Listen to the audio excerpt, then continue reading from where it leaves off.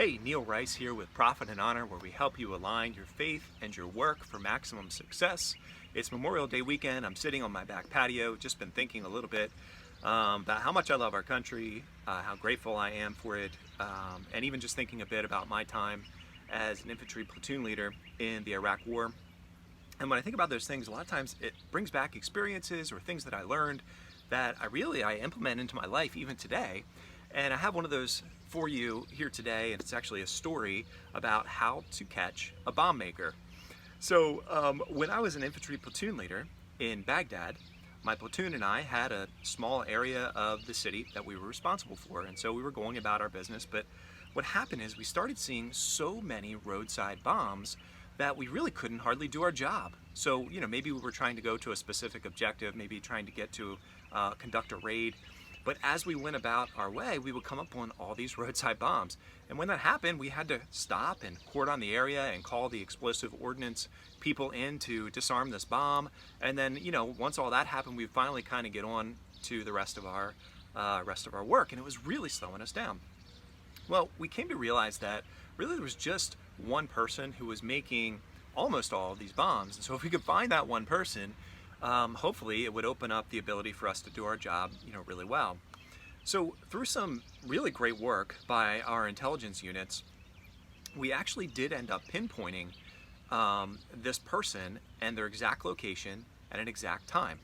And so it so happened that my platoon was the quick reaction platoon at that point, and so we were dispatched to go find this guy. So that's what we did. We went out into the city. It was a nighttime raid. We got to the street. It was actually a really quiet street.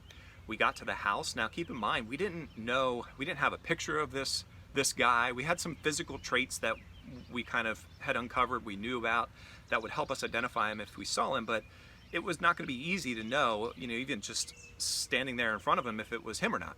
So anyway, we get to this house and we bust in the door and we raid the house. We're searching the house, we're separating. There are a lot of people in the house actually. We were separating people, we were starting to question them and try and figure out whether this guy was there, and if so, which one he was. Well, we get through this whole process and I thought, he's not here.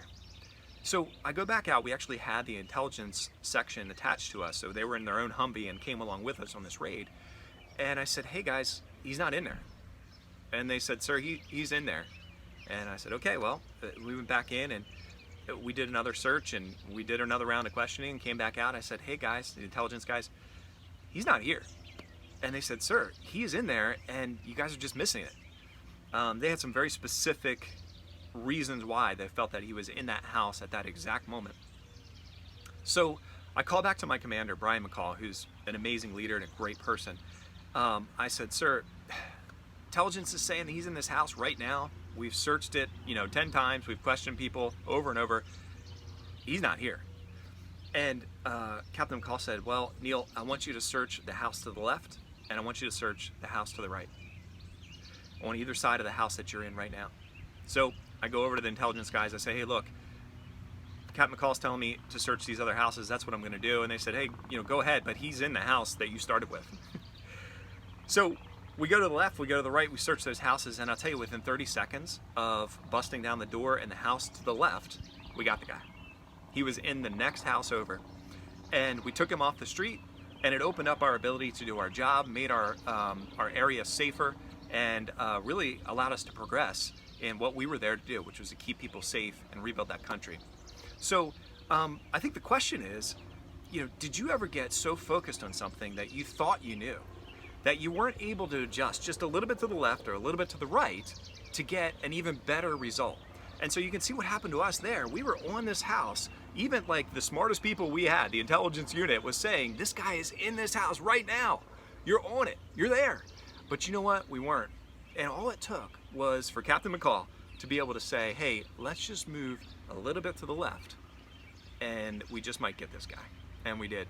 So I would encourage you just to have that element of flexibility as you think about your business or your life and your goals, to say, hey, I think I know this is true, or I think this should be my objective, but we always want to have just a little bit of humility, actually a lot of humility, enough humility to say, hey, look, maybe we just need to be able to move a little bit left or a little bit right. And I think you'll find that if you have the flexibility and the humility to do that, you're gonna find even greater success in your life and in your business. So that's the story for today. Now you know how to catch a bomb maker. And I hope you've enjoyed it. I hope it's been helpful to you. And as always, if you could like this video, share it, this post, go to profitandhonor.com, download the 5 freedoms of Christian business leaders. And remember, a great leader is always learning.